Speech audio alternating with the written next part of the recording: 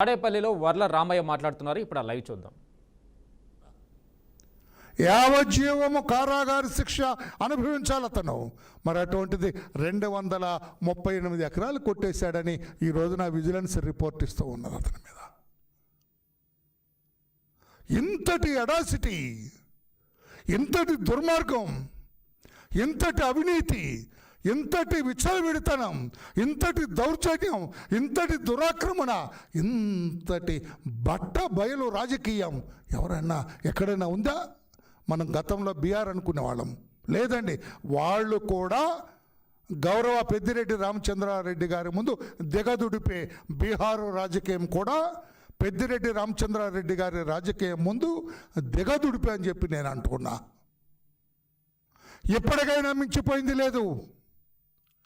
Vigilance enquiry చేసినారు అంటేనే 50% వీళ్ళు దోషులుగా నిర్ధారింపబడినట్టే.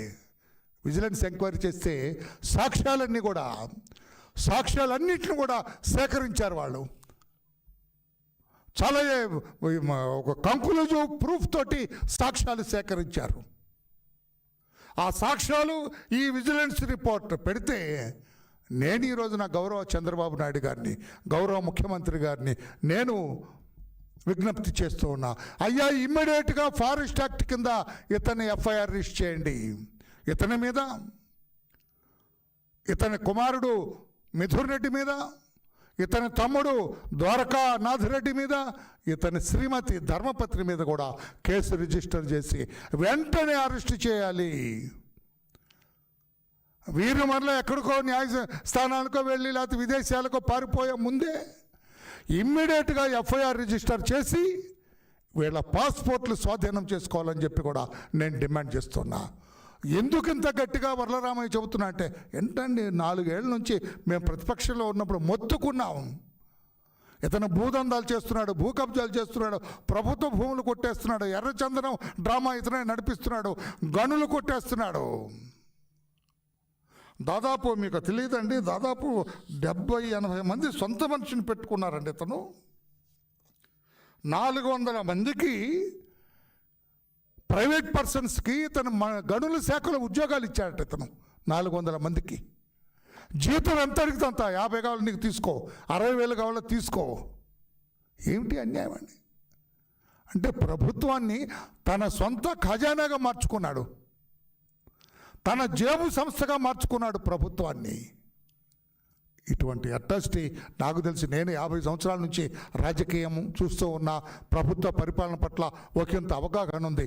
ఈ రకంగా పెద్దిరెడ్డి రామచంద్రారెడ్డి చేసినంత విచ్చలవిడిగా ప్రభుత్వాన్ని కొట్టేసినట్టుగా నేను ఎక్కడ చూడలేదండి. ఏదో కాస్త కూస్తా కొట్టేసి గుట్టుకుమని మింగేసి ఎవరికి తెలియకుండా ఉంటారు. కానీ ఈ రకంగా ఎవరేం చేయగలరు? అతను వాడిన భాష నేను వాడలేను, కానీ ఎవరు నన్నేం చేయలేరని ఇట్లా యాక్షన్ చేసి చూపించేవాడు. ఏదో వెంట్రుకలు ఇట్లా పీకినట్టుగా చూపించేవాడు. ఎవరేం చేస్తారు నన్ను? తాను తప్పు చేయలేదని ఎప్పుడు అనలేదు ప్రెస్లో అతను. నన్ను ఎవరేం చేయగలరు?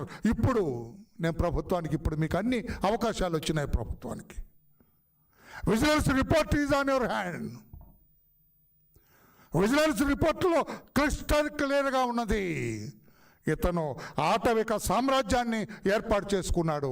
236 ఎకరాలకి అతను సొంత కంచె వేసుకున్నాడు. ఒక విలాసవంతమైన భవనాన్ని నిర్మించుకున్నాడు. ఈ భూములను ఆక్రమించుకున్నాడు. ఈ భూములు అతను సాగు చేసుకుంటున్నాడు. అందుకని అటవీ శాఖ రంగంలో దూకవలసిన సమయం ఆసన్నమైంది. ఎప్పటి వరకు చూచి చూడనట్లు ఉన్నారు మీరు? అటవీ శాఖ మేమేదో చేసామంటే కుదరదు. మీరేం చేయలేదు, మీరు చూస్తూ మేనమేషాలు లెక్కిస్తూ కూర్చున్నారు అటవీ శాఖ. We are very sorry to say like that. మీరు ఇప్పుడు రంగంలో దిగండి.